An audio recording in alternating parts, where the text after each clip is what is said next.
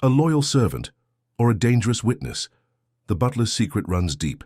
Welcome to Rust Evidence. I am your host, Silas Wren. This community keeps growing. Tell me where you're tuning in from. Your voices make it all worthwhile. Let's begin.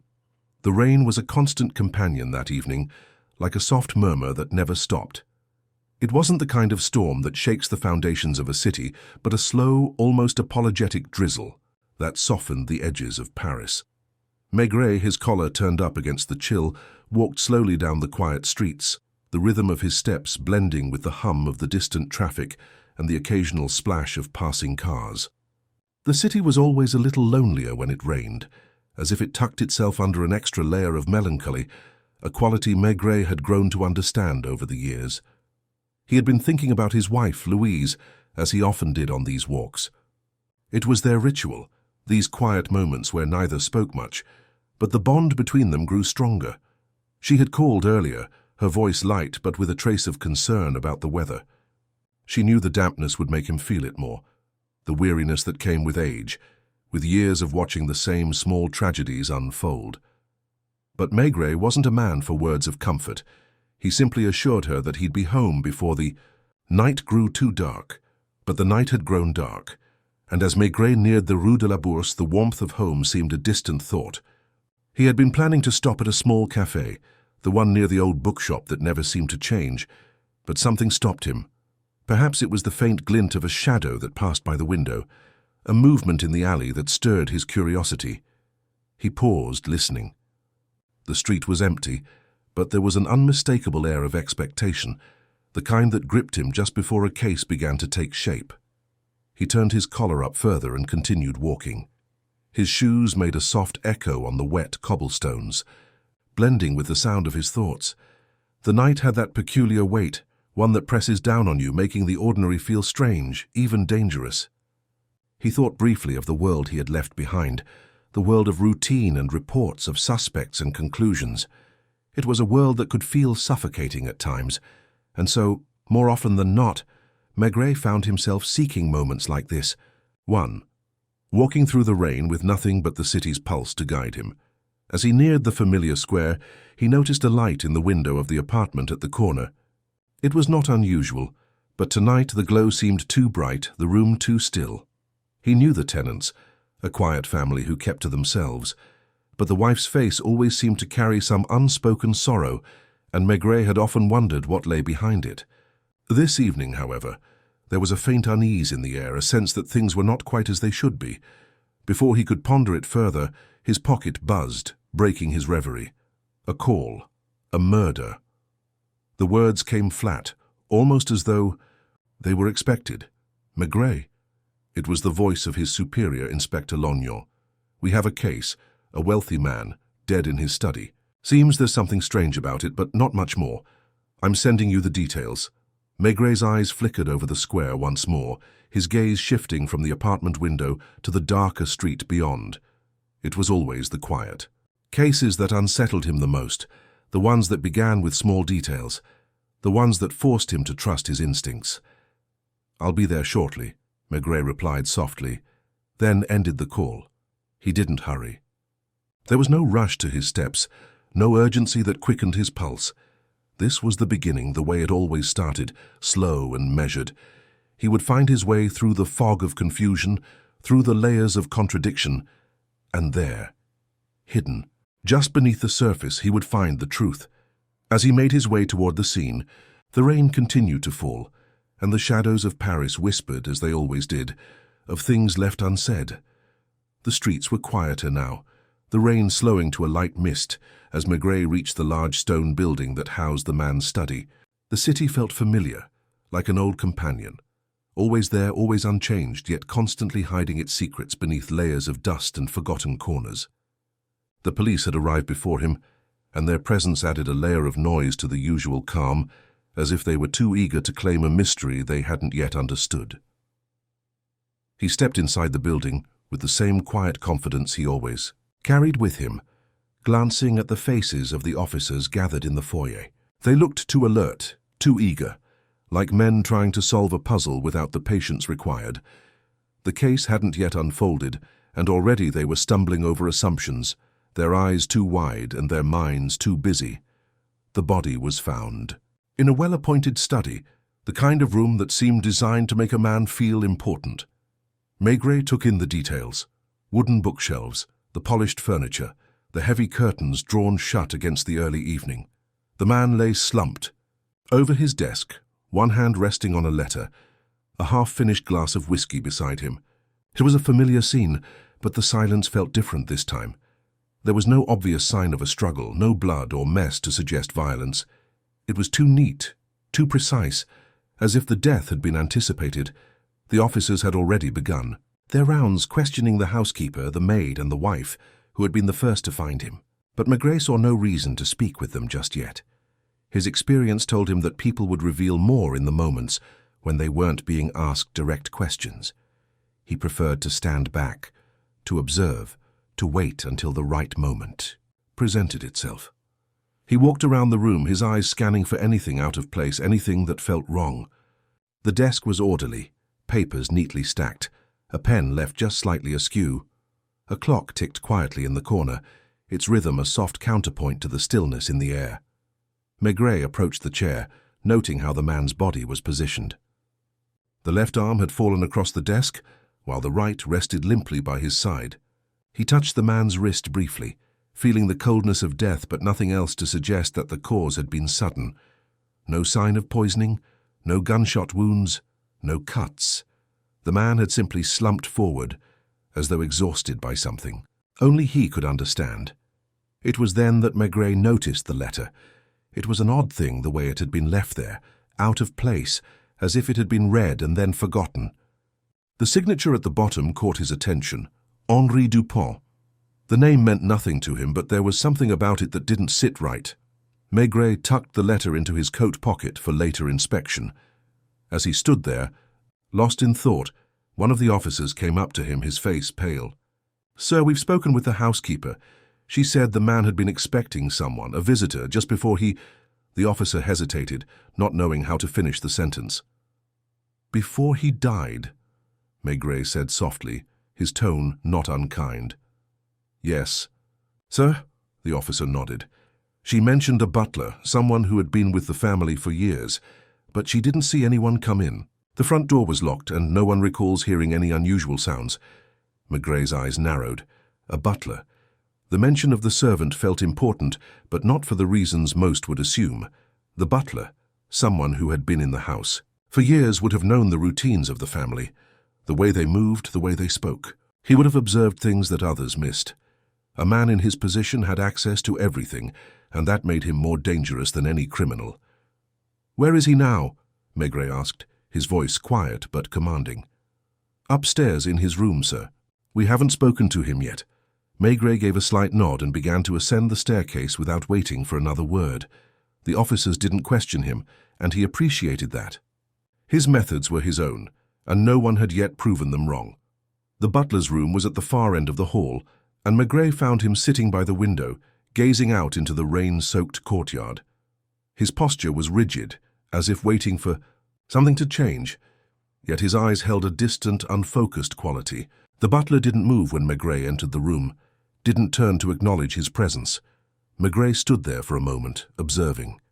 The man was older than he had expected, his hands trembling slightly as they rested on his lap. His uniform was neat, but there was a certain weariness in the way he held himself, as though the weight of years in service had taken its toll. It was the kind of weariness that came from observing too many lives and not knowing how to live your own. "You are the butler?" Maigret asked, his voice low, steady. The man didn't answer immediately, but the tension in the room seemed to ease. It wasn't a direct question, not a demand for information, but a simple observation, one that didn't require an immediate response. After a long pause, the butler spoke, his voice hoarse. "Yes, sir. I've been with the family for over 30 years. I don't know what happened." "Tell me about last night," Maigret prompted. The butler hesitated, then nodded, as if the weight of the moment had finally caught up to him. "The master was waiting for someone. He'd been pacing for hours, then asked for me to bring him his whiskey. He seemed agitated, but I couldn't—" He stopped, his voice breaking, and Maigret waited, giving him the time he needed.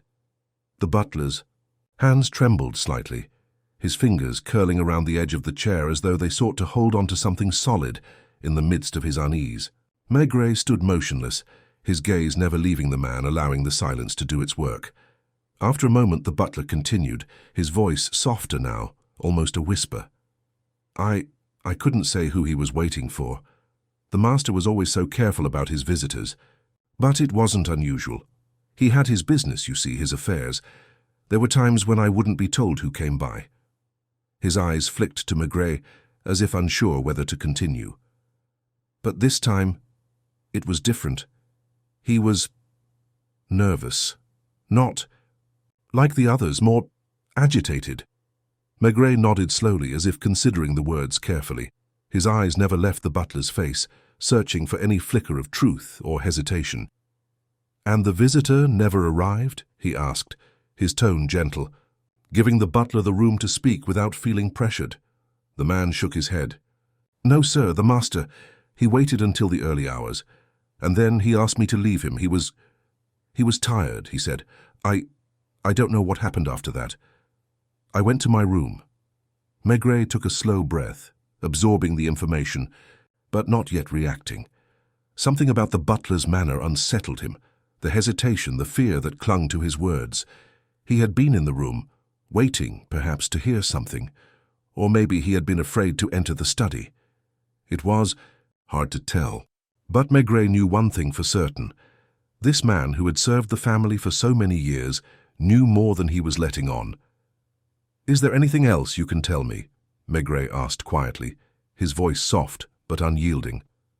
The butler hesitated, his gaze shifting toward the window, his thoughts clearly elsewhere. For a moment, Maigret thought he might not speak at all, but then the butler's eyes flicked back to him, as if the weight of his own silence had become too heavy to bear.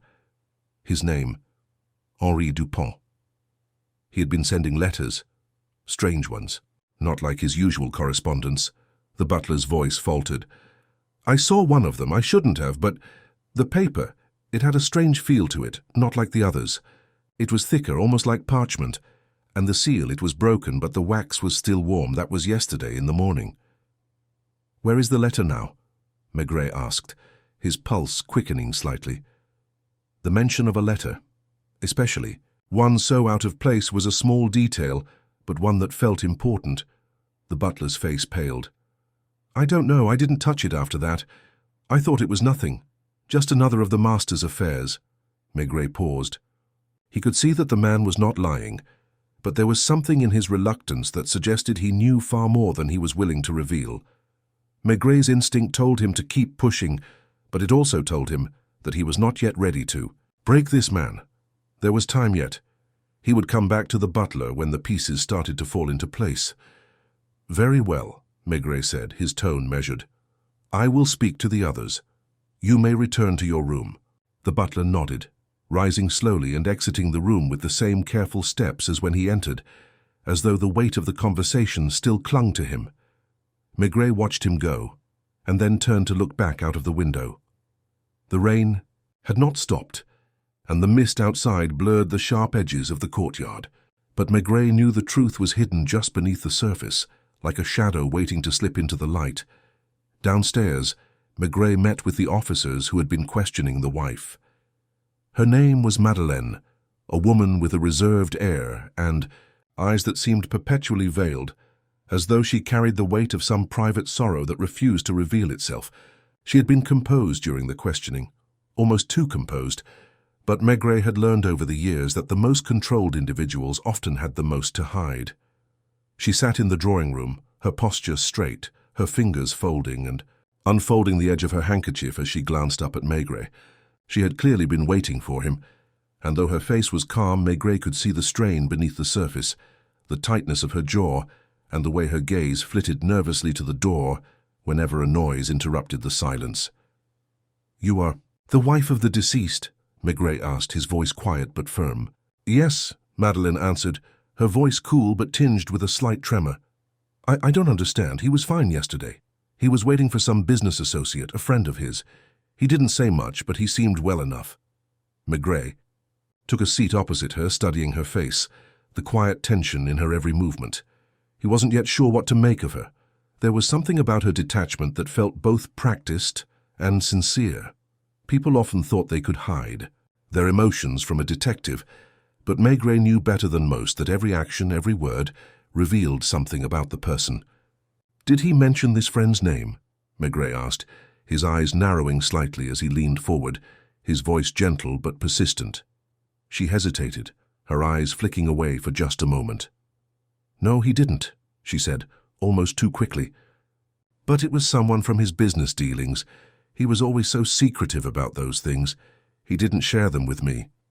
"Of course," Maigret said, leaning back, letting her words hang in the air for a moment. "And what did he do before he went to bed?"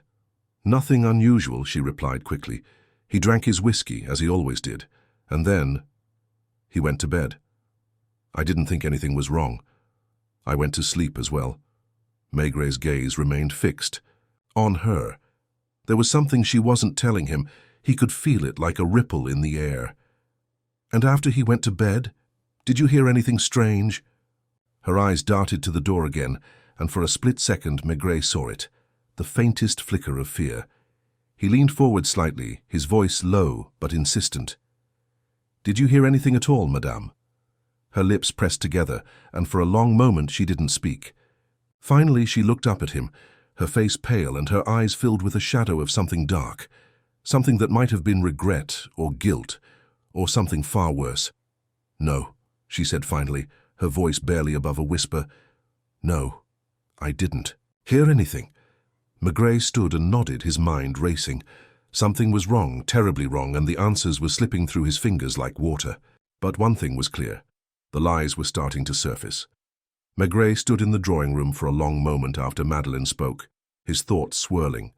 The woman's calmness, her cold detachment, was starting to weigh heavily on him. There was no doubt that she was hiding something, but whether it was guilt or fear he couldn't yet say. The way she had reacted when asked about the visitor, the business dealings, her rapid responses, all of it suggested a mind struggling to maintain control over what it knew. But for now, he would allow her to keep her silence. As he turned to leave, the air seemed to shift, the tension in the room thickening like fog rolling in from the street. Maigret paused at the door, looking back at her one last time. She sat there, perfectly still, her fingers clutching the handkerchief, her face unreadable. "Madame," Maigret said, his voice soft but direct, "I may have more questions for you later." There was no need to press further right now. If she was guilty of something, she would reveal it when the time was right, just as people always did when they were caught in the web of their own lies. Madeleine gave a slight nod, but did not meet his gaze again. Maigret left her behind, the key, door closing softly behind him, and descended the stairs. The house seemed quieter now, as if the walls themselves had absorbed the tension from the conversation upstairs. The officers were still milling about, some questioning the servants, others running over the initial findings. Maigret didn't need to speak to them. He knew exactly where he needed to go next. He crossed the foyer and walked through the open door leading to the study, now a place of quiet investigation rather than a workspace. He ran his fingers across the desk, his mind already processing the smallest details. The whiskey glass still half full, the letter in his pocket. It was all starting to form a picture, but it was still too blurry to make sense of. The room felt suffocating in its silence, and Maigret knew he had to shake it off. His instincts were telling him to move, to keep probing, but there was something off about this case. It wasn't a typical murder, not one that screamed for answers. It was subtle, almost as though the victim had known it was coming, or had even been preparing for it. He couldn't put his finger on it, but the man's death felt like it had been orchestrated in a way that wasn't immediately obvious. He pulled the letter from his coat pocket and examined it again. The strange seal, the thick paper. He noticed the faint residue of wax on the edges, barely visible unless you held it at the right angle. There was no address or sender's name. Just an elegant script on the front, the kind that looked almost like it belonged in a time before this one. It was too much for him to dismiss as mere coincidence. Before he could dig deeper into the contents of the letter, an officer entered the room. It was Lognon. his usual gloomy self with a slight frown on his face. "Maigret, we've run a preliminary check on the family's finances," Lognon said, his voice flat. "Nothing too unusual, but—" He hesitated, looking as though he was unsure how to proceed. The man had some irregular dealings over the last few months, some debts, nothing major, but the pattern is odd. There were payments, small ones, that came from a person who's not on the usual list of contacts, a name that doesn't appear anywhere in the family's business records. Maigret raised an eyebrow. This was the first real crack he had found, and it felt like the kind of lead that would finally give him the answer he was looking for. "Who?" he asked, his voice sharp. Lognon glanced at the paper in his hand. "Henri Dupont, the same name as the man in the letter you're holding. It doesn't make sense, Maigret. Why would someone with no ties to the family be sending money to him and then vanish? There's no trace of him in the records, no address, nothing to suggest who he was." Maigret looked back at the letter in his hands, his mind running through the implications. Henri Dupont. The same name as the mysterious correspondent, the man who had been sending letters to the victim, yet he had no presence in any official records. It was like trying to catch smoke in your hands. He could almost see the outline of a connection, but it wasn't tangible. "Where is the money coming from?" Maigret asked quietly, turning the letter over in his hands. Lognon hesitated, his frown deepening. "That's the thing. The payments came from a private account, an overseas bank. No names attached, just numbers, and the amount was always small enough to avoid suspicion. But it was regular, every month for the last 6 months. Maigret nodded. Slowly. This was the key. Henri Dupont, whoever he was at the heart of the mystery, and he had been pulling strings from behind the scenes. The money wasn't just a coincidence. It was the lifeblood of the case, connecting the victim to someone hidden just out of reach. "What about the other staff members?" Maigret asked, turning back toward Lognon.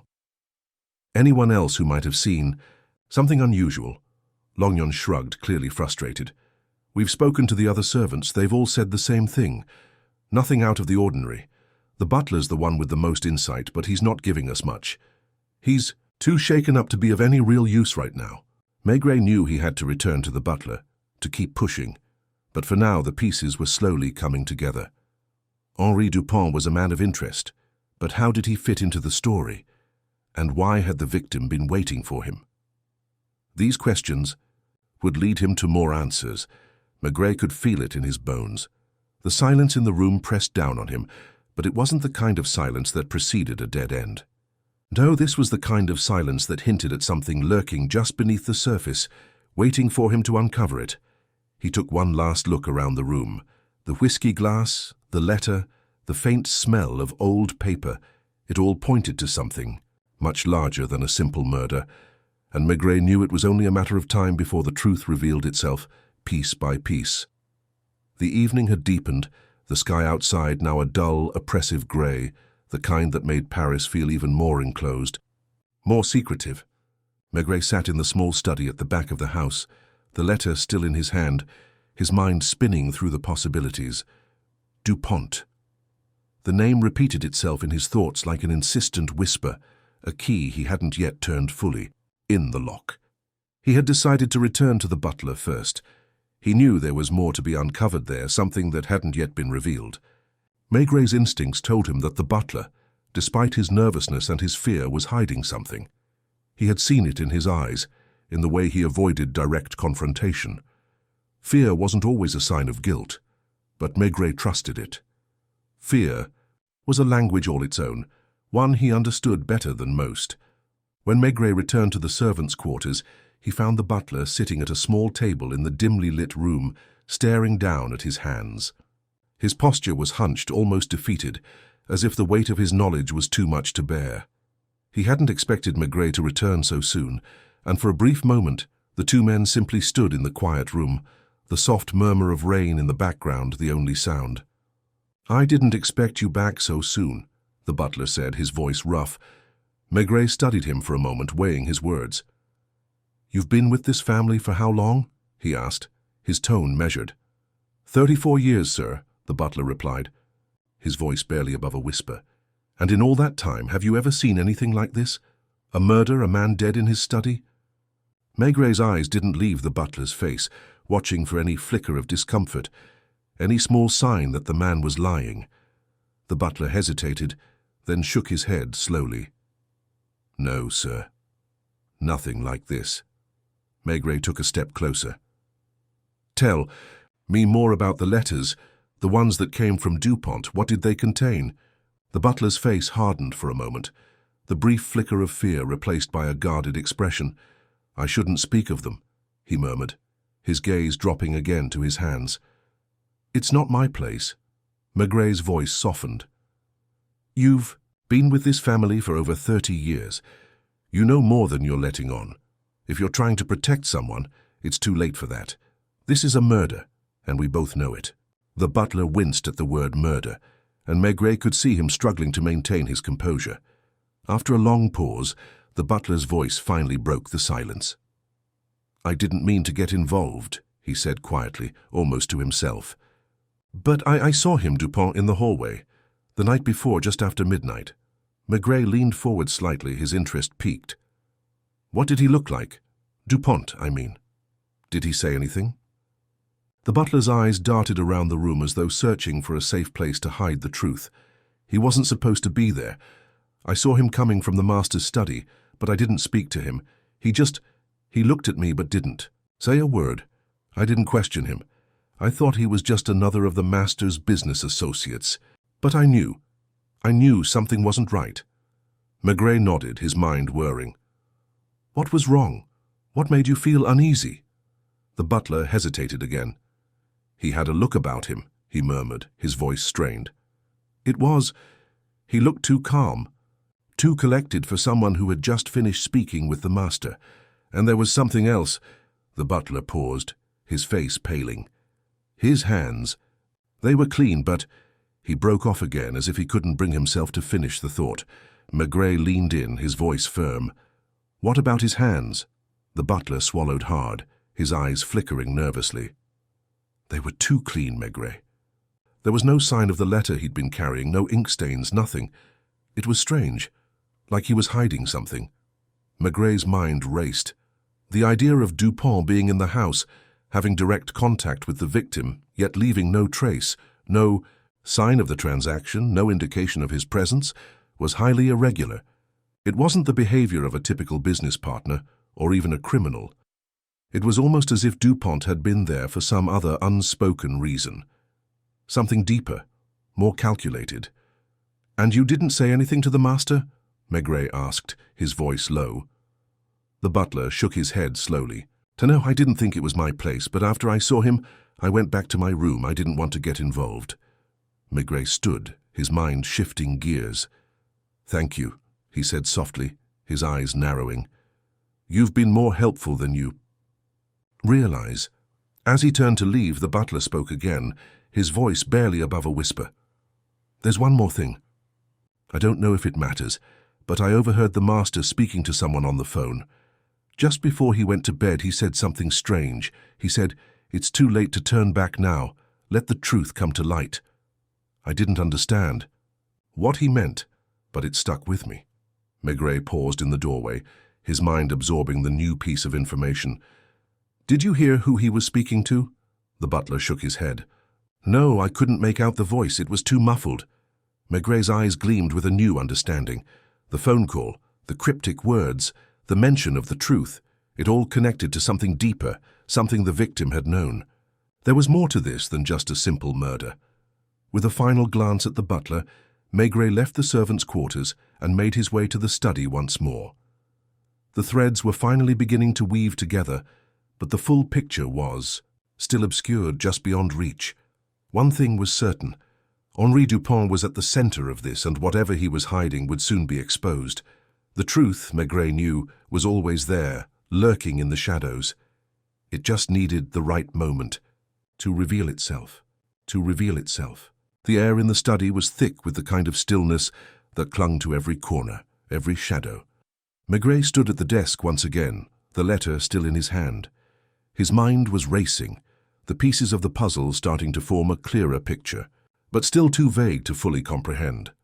Henri Dupont, the name that had woven its way through every conversation, every whisper. He was a ghost in the story, a shadow moving just beyond the edge of understanding. The butler's final words echoed in Maigrè's mind. Let the truth come to light. It was a message that carried weight, but what did it mean? Who had the victim been speaking to, and why had he felt the need to say such an ominous phrase? These were questions Maigré knew would lead him closer to the heart of the mystery. He pulled out his notebook, reviewing the details he had gathered so far. Dupont had been in the house the night before the murder, yet no one had seen him leave. The butler had been the only one to witness him, but he had failed to question the man or raise any alarm. And the phone call? That was the most peculiar part. It suggested the victim had known something was coming, something unavoidable. A truth, perhaps. A confrontation with someone, something that would change the course of everything. Maigrè's thoughts turned to Madeleine, the wife. Her behavior had been measured, too composed. She had answered his questions with precision, but there had been something in her eyes when he mentioned the visitor, the business associate. Fear? Guilt? Perhaps both. He couldn't shake the feeling that she was hiding more than she let on. The lines she had drawn between herself and her husband's business dealings seemed too neat, too deliberate. He stood, pacing slowly around the room, his gaze flicking over the walls as if searching for some clue he had missed. The room was still in disarray from the investigation, papers scattered across the desk, the whiskey glass half finished. But there was something else now, something that hadn't been there before. A sense of foreboding, like the room was holding its breath, waiting for him to uncover its secrets. Maigrè's hand drifted toward the drawer where he had found the victim's personal effects earlier. It had been untouched since the police first arrived, but now he felt an overwhelming urge to go through it again. The drawer opened with a soft click, and Maigré pulled out the contents one by one. More letters, bills, some personal notes. Nothing out of the ordinary at first glance, but then his eyes landed on a small inconspicuous envelope hidden at the bottom. The seal had already been broken, but the handwriting on the front was unmistakable. Henri Dupont. Maigrè's pulse quickened. This wasn't just a simple letter. It had been hidden away for a reason. He opened the envelope carefully, taking out a single sheet of paper. The message was short, written in the same elegant script as the previous letters, but this one had a different tone, a different weight. I'm afraid it's too late. You've made your choice and now you must live with it. We'll see each other again soon. The truth is waiting. Maigré felt a flicker of recognition, though he couldn't place why. The victim had known. This wasn't just a death. It was a culmination, a reckoning of some kind. The words, "the truth is waiting," seemed to mock the very idea of hiding. The victim had known what was coming, and yet he hadn't been able to stop it. He folded the letter carefully and slipped it back into the envelope, then tucked it into his coat pocket. The pieces were coming together, but it wasn't enough. He needed more. Maigré turned his attention back to the phone call. He had already spoken with the officers, but none of them had been able to trace the number the victim had dialed. Whoever had been on the other end of that call was still out of reach. But there was one person who might know, one person who had the kind of influence to gain access to such information. He had to speak with the head of the local telephone exchange, someone with the ability to trace the call. Maigré knew it would be a long shot, but it was a chance he couldn't pass up. The phone call was a thread, and if he pulled it, it might unravel everything. Maigré stood still for a moment, the weight of the case settling on him. There was something almost methodical in the way the investigation was unfolding, like a slow march toward the inevitable. Every piece he uncovered seemed to reveal another layer, another question. The name Dupont had haunted him from the start, and now with the letter in hand and the cryptic message lingering in his thoughts, Maigré knew he was closer than ever to understanding the true nature of the crime. With a final glance at the room, he left the study, making his way to the phone. The investigation was far from over, but the first step toward unraveling the mystery had been taken. Henri Dupont's name had been the key, and now it was only a matter of time before the truth came to light. The phone call was a long shot, but Maigré had learned over the years that the smallest threads could unravel the most intricate knots. He stepped out into the quiet hallway, the house still draped in its heavy, unsettling silence. The staff had retreated, and the only sounds were the occasional murmur of distant voices and the rhythmic tapping of rain against the windows. He moved quickly, his boots making little noise on the polished floor, and descended the staircase to the foyer, where a single officer stood by the door looking bored. "Any word from the telephone exchange?" Maigret asked, not pausing as he walked past the officer. The officer straightened. "Yes, sir. They're looking into it. Should have an answer soon." Maigret nodded but didn't slow his pace. There was no point in waiting for the answer. He had learned that waiting often clouded his judgment. Instead, he made his way to the phone in the front hall and dialed the number of the local exchange. As the dial tone rang in his ear, he couldn't shake the feeling that something was slipping away from him, like the case was about to shift just out of reach, its true nature forever elusive. The voice on the other end was brisk, professional. "Telecommunications office, how may I assist you?" "I need to trace a call," Maigret said, his voice steady. "A call made late last night. Can you help me with that?" There was a pause, followed by a soft click as the person on the other end checked something. "What's the number, sir?" Maigret recited the number from the victim's phone records, careful not to miss a digit. He could hear the faint tapping of keys before the voice returned. "I'll need to verify the request with a higher authority. Give me a moment." Maigret stood there, his fingers tapping the edge of the table. The waiting wasn't a new feeling. It was a familiar companion in his line of work, but it never felt comfortable. He watched the rain trickling down the window, the droplets running in small rivulets, as if even the weather understood the tension hanging in the air. When the voice finally returned, there was a change in tone. It was subtle, but Maigret caught it. "We've located the origin of the call, sir. It was placed from a public phone booth near the intersection of Rue de la Réunion. We've no further details available, but that's where the call came from." Maigret's mind immediately began to work. A public phone booth. That wasn't the sort of place someone would use for a casual conversation, especially not for something as important as the conversation the victim had made. It felt deliberate, almost as if the caller had wanted to remain hidden, to create distance between themselves and the house. "Thank you," Maigret said, and hung up the receiver. He turned back toward the front door, his thoughts already racing. The phone booth was an odd detail, one that seemed to shift the nature of the investigation entirely. This wasn't some heated family dispute or a business deal gone wrong. This was something much more carefully planned. Someone wanted to make sure their conversation couldn't be traced easily, that their identity remained elusive. As he left the house, the rain had slowed to a drizzle, and the night had fallen deeper into its familiar cloak of shadows. Maigret knew the area well. Rue de la Réunion was in one of the less reputable parts of the city, a place where the shadows often felt thicker, the faces harder to read. He walked through the streets, the damp pavement beneath his feet muffling his steps. He had no intention of rushing this part of the investigation. Every detail needed to be examined carefully, and every conversation, no matter how brief or inconsequential it seemed, needed to be scrutinized. The phone booth was located at the intersection, tucked away in the corner, its metal frame standing, stark against the otherwise quiet street. It was poorly lit, the bulb flickering intermittently, as if the booth itself were reluctant to expose too much of the surrounding darkness. Maigret approached it slowly, his eyes scanning the area for anything out of place. He approached the booth, the glass fogged with condensation from the persistent drizzle. The phone itself looked old, worn. It had the kind of faded look that suggested years of use by people who didn't care about leaving a trace. Maigret glanced around, noting the empty streets, the silence, and the absence of anyone who might have been nearby. There were no witnesses, no one to ask about the person who had used the booth late last night. His gaze shifted to the ground, where the remnants of rainwater pooled in small puddles. Then, just at the edge of his vision, something caught his eye. A small piece of paper, crumpled and half submerged in the water. He bent down and picked it up carefully, smoothing it out with his fingers. It was a receipt, a simple thing, but it had something unusual about it.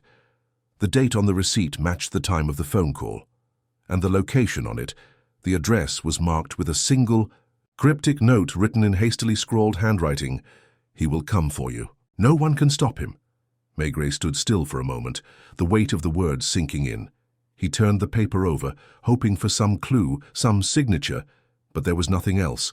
No name, no indication of who had written it. Just the haunting message, almost like a warning. The phone booth, the call, the cryptic message. It was all starting to come together in a way that felt less like a crime and more like a trap. But who was the trap meant for? The victim, or someone else?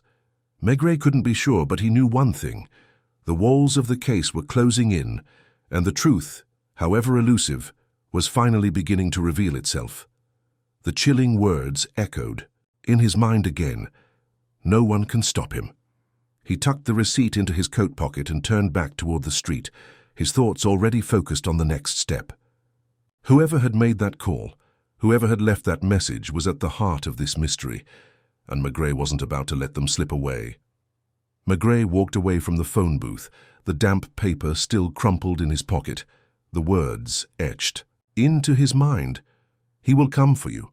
No one can stop him." It was a message laden with both fear and finality, and it rattled him in a way he hadn't expected. Whoever had left it behind, whoever had written those words, clearly knew more than they let on, and had connections to the victim that reached far beyond the surface of the case. The drizzle had stopped, but the streets remained wet, the streetlights reflecting off the puddles in the gutters. Paris at night, when the rain had passed, always felt more uncertain, as if the city's shadows had been deepened by the storm. Maigret felt the weight of the investigation pressing on him. The victim's life, his last words, the cryptic message, it all pointed to something far more dangerous than a simple business deal gone wrong. The phone call had been a link, and now, with the receipt in his pocket, Maigret was sure it was the key to understanding the larger forces at play. He made his way back toward the office, his pace slow and deliberate. The faint thrum of the city hummed in the background, the far-off sounds of carriages and pedestrians blending with the occasional shout or laugh. It was a city that never truly quieted, but in moments like this it felt more like a machine, gears clicking away in darkness, each one turning towards something that Maigret couldn't yet see clearly. As he entered the office, the warm air from the stove greeted him, but it did little to ease the chill that had settled in his bones. He didn't sit at his desk immediately. Instead, he stood for a moment by the window, staring out at the dark streets, the last of the rain drifting down like a fine mist. He knew what he needed to do next. The receipt was a thread, but he still needed to tie it to something real, something concrete. The first thing he did was retrieve the file on the victim's business dealings. He had already gone over the basics earlier. There were no glaring discrepancies, no obvious red flags. But now it was about connections. The name DuPont was important, but it was still too elusive. The cryptic receipt suggested there were people involved, people who had stayed in the shadows, people who didn't want the truth to come to light. Maigret was just reaching for the phone when the knock on the door interrupted him. He didn't need to turn around to know who it was. Lognon, his ever-loyal but often useless assistant, was standing at the door, his lanky form framed in the doorway. "Maigret," Lognon said, his voice carrying a note of impatience. "We've got something. You might want to see it." Maigret didn't respond immediately. Instead, he gave one last look at the street, as if trying to find some answer in the murky reflections outside. When he turned to face Lognon, he could see the exhaustion in the younger man's eyes, the same fatigue that always followed a long day of fruitless questioning. But there was something in his expression now, something more. Urgent. "Go on," Maigret said, his voice steady. Lognon hesitated for a moment before stepping forward and laying a file down on the desk.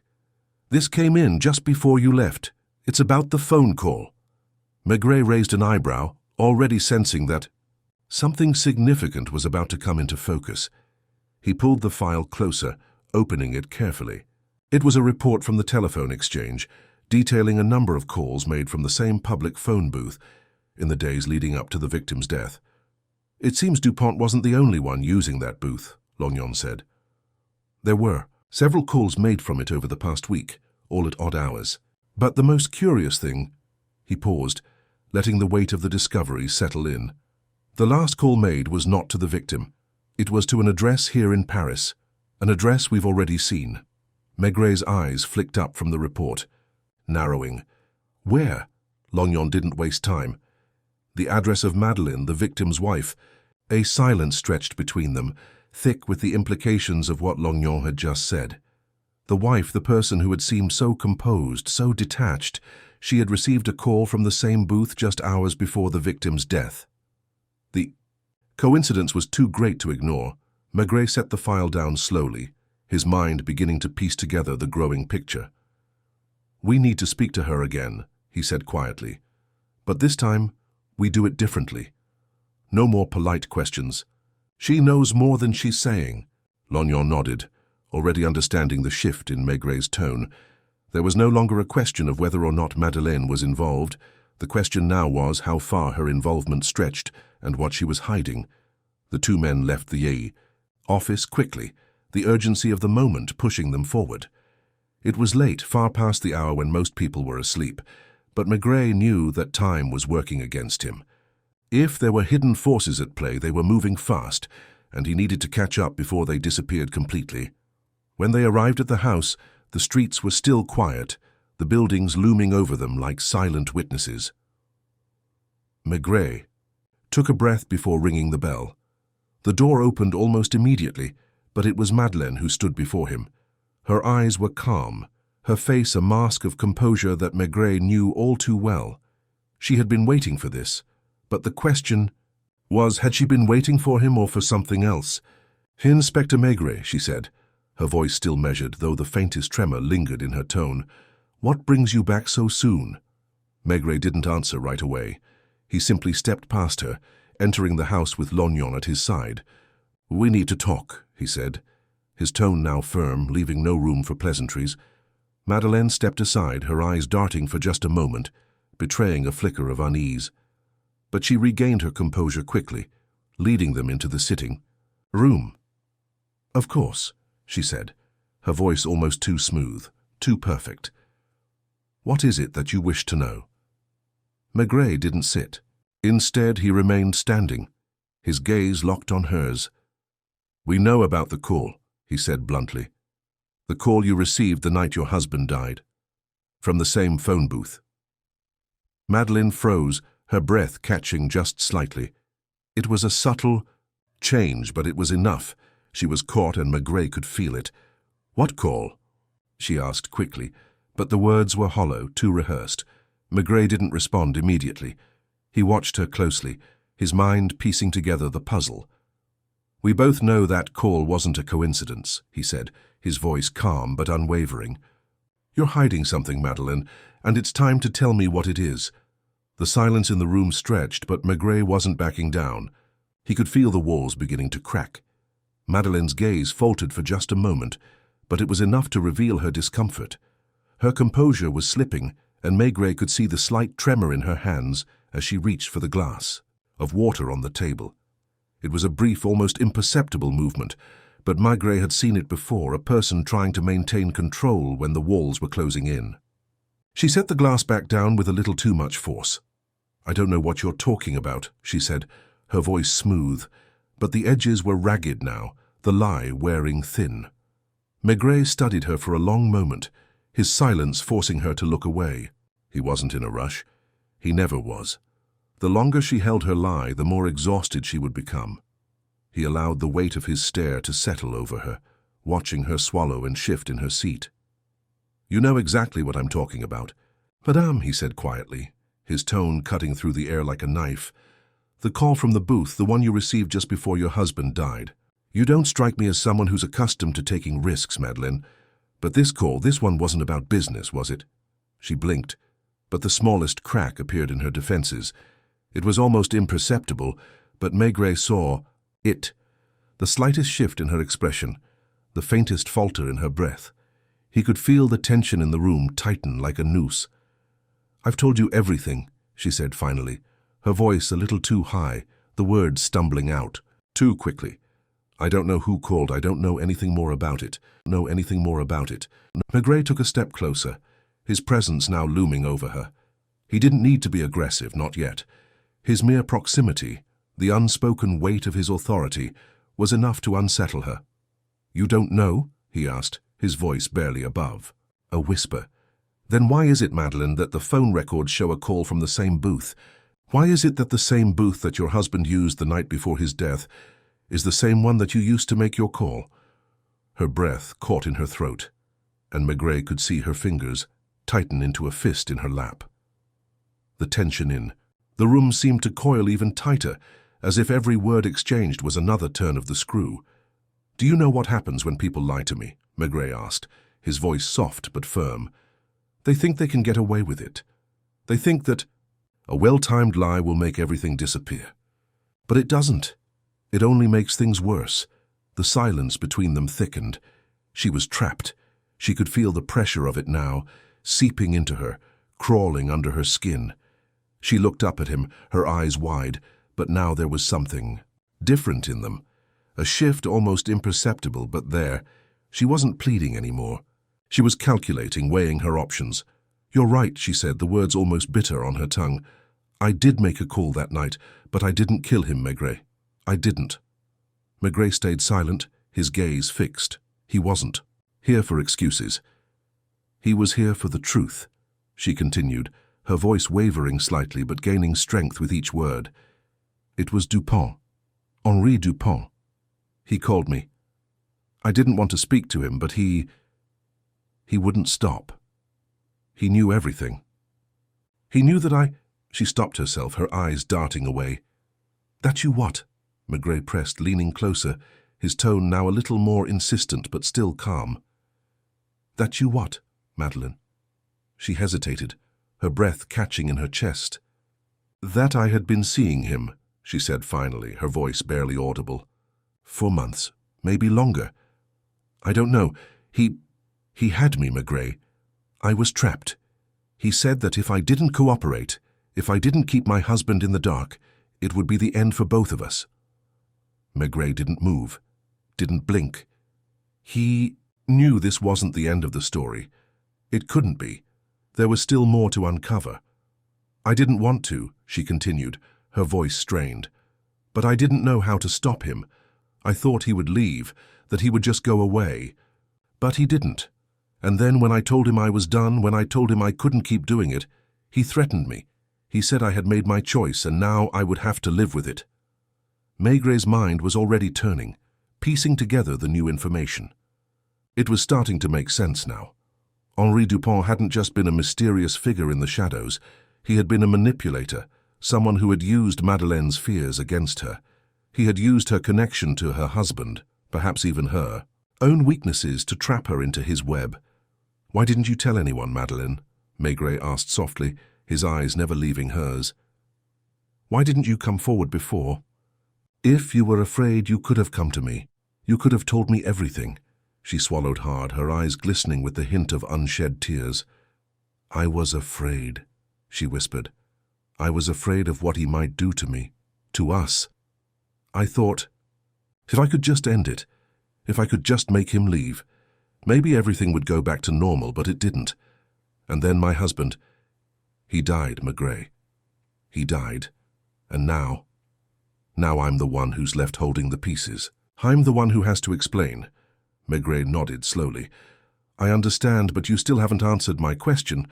Why did Dupont call you just before your husband's death? What was it that he said?" Madeleine's hands clenched into fists. Again, her eyes lowering as if searching for the words. "He told me it was too late, that I had made my choice. He said the truth would come to light, that my husband would find out everything, that he would know everything I had done. And then he said something else, something that scared me." "What?" Maigret asked, leaning in. He said, "It's already started. There's no turning back now." The words hung in the air like a heavy fog. There was a finality to them, something that felt almost prophetic. Henri Dupont had been pulling strings, manipulating not just the victim, but Madeleine herself. But why? What had he wanted from her? And how did her husband's death fit into this larger game? Maigret took a step back, his eyes narrowing. He had no answers yet, only more questions, but the pieces were falling into place. Dupont was the key, and if he had orchestrated all of this, there was one thing Maigret was sure of. He wasn't finished yet. Maigret stood there for a long moment, his gaze never leaving Madeleine's. The tension between them thickened, the air almost electric with unspoken revelations. She had confessed much, but not everything. He could see it in her eyes, her fear, her guilt, but also a reluctance, a resistance to go deeper, to fully expose herself. She wasn't lying anymore, but she was still hiding something. Her breath was shallow, her fingers now nervously tracing the edge of the chair she sat in, as if the very act of holding on to something physical might steady her. The confession had come, but it was incomplete. Maigret could feel that there was more. She had given him a glimpse, but there was still something buried beneath the surface. "Madeleine," Maigret said, his voice calm but insistent. "You've told me about Dupont's threats, about your involvement. But there's one thing you haven't said. Why did your husband need to die?" Her eyes flickered with panic, the raw edge of her voice betraying the mask she had worked so hard to maintain. "I didn't want him dead, Maigret. I never wanted that. She faltered, her hands trembling, and for the first time Maigret saw a crack in her composure. "Then why?" Maigret pressed gently, his gaze still fixed on hers. "What happened between you and Dupont? What was the final moment that led to this murder?" Madeleine's lips trembled, and for a moment she said nothing. Her silence stretched between them like a rope pulled taut, her mind clearly wrestling with itself. The room seemed to close in on her, the quiet of the house only heightening the weight of her thoughts. When she finally spoke, it was barely above a whisper. "I didn't want hit, but Dupont, he made it impossible to walk away. I thought I could end things with him, that I could break free, Maigret. But he wouldn't let me, not after the first time I tried to leave him. He said he had ties to things I couldn't imagine, to people I couldn't touch. And when I told him it was over..." She swallowed hard, her voice breaking, but she pressed on. "He said he had nothing to lose, and if I didn't help him, if I didn't keep my husband from discovering everything, he would destroy us both." Maigret stepped forward, his voice softening. "You told him you were done with him. What exactly did that mean? What was his response?" Madeleine met his eyes, her expression a mixture of shame and fear. "He told me that once you start down a path like that, you can't turn back, that I had already made my choice, and when I tried to push him away, I think that's when it all began. That's when he began plotting." "Plotting what?" Maigret asked, his voice steady now, every word carrying weight. "Everything," she said, her voice barely audible. "He made sure my husband would find out. He knew how my husband worked, how meticulous he was. He knew that if I couldn't keep him in the dark, my husband would start to look closer. And when that happened, Dupont had a plan. He knew what would happen when my husband finally learned." "Everything? Did Dupont threaten to kill your husband?" Maigret asked, his mind racing to connect the dots. Madeleine shook her head slowly, a deep sadness in her eyes. "No, he didn't need to. He just made sure my husband's death would be the only way to keep him quiet." The words hit Maigret like a hammer.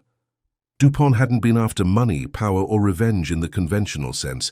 He had wanted to destroy something deeper. He had wanted to take the one thing that might break Madeleine's will to defy him, her marriage. Maigret stood motionless for a moment, letting the pieces fall into place.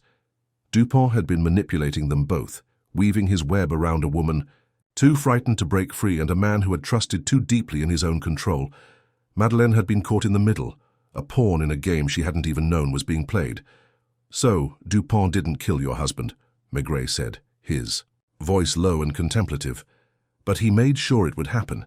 He made sure the truth came out in the most irreversible way possible." Madeleine nodded, her lips trembling as tears welled in her eyes. "I didn't know how to stop him, Maigret. He had so much power over me. I couldn't think of a way out. And when I saw my husband's face after that call from Dupont, when he started to get suspicious, that's when you called him back," Maigret finished for her, his eyes never leaving her face. "That's when Dupont told you everything was already set in motion. He had planned it all along, didn't he? The call was his way of ensuring that you and your husband were caught up in the tragedy he had designed." Madeleine didn't speak, but the tears that escaped her eyes told him everything. She had been trapped in a web of fear, of manipulation, and in the end it had consumed her. "Do you know where Dupont is now?" Maigret asked, his voice almost gentler than before. She wiped her eyes with the back of her hand, her face a mask of guilt. "No. I don't know. After that night, I never saw him again. He left, Maigret. He left me behind." Maigret took a deep breath, the weight of the case now settling into his chest. "I think he left something behind too, something that will make all of this clear. You've helped me understand, Madeleine, but the truth isn't finished yet. There's more to uncover. Dupont didn't just leave, did he? He's still playing his game." Madeleine looked up at him, a mix of relief and horror in her eyes. "What do you mean?" Maigret turned to Lognon, who had been standing silently by the door, listening to everything. "We need to find Dupont. He's the key. And I think we're getting closer." Madeleine's eyes widened in terror, but Maigret was already moving, his thoughts focused on the final steps of the investigation. The truth was still there, hiding just out of reach, but he could feel it, pulling him closer, with every turn. Dupont was still out there, and Maigret wasn't going to stop until he found him. The investigation had reached its critical moment. Maigret had gathered the threads, each one drawing him closer to the truth. The pieces of the puzzle were no longer scattered. They had finally begun to fit together. The fog that had surrounded the case was beginning to lift, but with it came the unsettling realization that Dupont, the shadow at the heart of the mystery, was still out there. It was early morning when Maigret, Lognon, and the rest of the team finally made their way to the final location, an old nondescript building on the outskirts of Paris, a place that had been nothing more than a name on a ledger before. The building had belonged to a company, one that had been involved in several questionable dealings over the years. It had once been a front for various shady enterprises, money laundering, blackmail, things hidden just below the surface. And it was here, Maigret suspected, that Dupont had laid his plans. Inside, the building was as empty and silent as a tomb. No one had been here in years, but it was the perfect place for Dupont to hide, to wait, to watch. As they made their way through the dim hallways, Maigret's instincts guided him, pulling him through the building step by step. He could feel it now. The final confrontation was near. Dupont had left his mark here, hidden in the quiet, in the small clues scattered around the place. They reached the back office, and Maigret didn't hesitate. The door opened with a creak, revealing a room almost entirely devoid of furniture, except for a large desk at the far wall. At first, it seemed empty. Then Maigret noticed the faint outline of something, a sheet of paper half hidden beneath a pile of old files. He approached the desk, carefully unfolding the paper. It was another letter. This one, however, wasn't addressed to anyone in particular. It was written in Dupont's distinct, looping handwriting, a letter that spoke not to the victim, not to Madeleine, but to Maigret himself. "You've done well to come this far, Inspector. But the game isn't over yet. You see, I never had any intention of killing your man. No, what I wanted was something far more precious than a life. What I wanted was the truth about a woman who thought she could hide behind lies, behind fear. You've been chasing shadows, Maigret, and now you'll understand. This is the end of our story, but not yours."